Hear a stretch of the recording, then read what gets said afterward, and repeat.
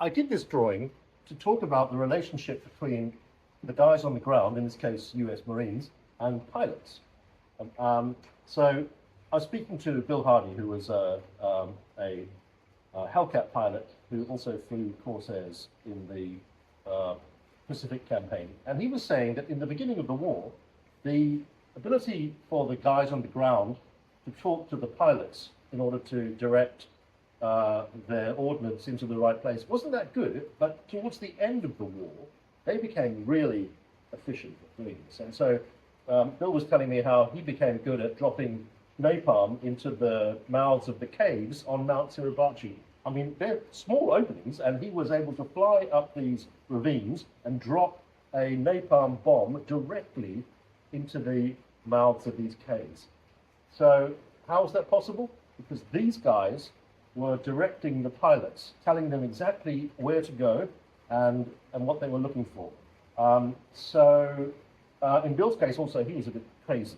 I mean, I mean that in a good way. He was fearless, absolutely fearless, and he would fly at very low altitude, in some cases a few feet off the ground, in order to get his bomb into the right place. And then he'd have to pull back on the stick in order to get out of harm's way before he hit the side of the mountain. I just loved this guy. He was truly extraordinary.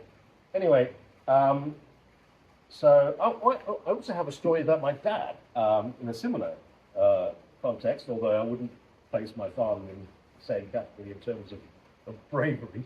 But my dad was in Greece flying Beaufighters, and there was a situation where a sniper was killing these British soldiers. So my dad was called in his Beaufighter, which, if you know anything about aircraft, was a very heavily armed, a bit like the A-10 tank buster of its day. So Dad was called in, and he zapped this sniper on the roof of a building. Unfortunately, not only did he take out the sniper, but he also destroyed the building, which was the only functioning brewery in town, which caused much upset amongst the rest of the pilots. Anyway, this drawing is now available for sale as prints, and if you're interested in buying the original, send me a message. I'll have a chat with you about that with pleasure. Anyway, thank you. Bye-bye.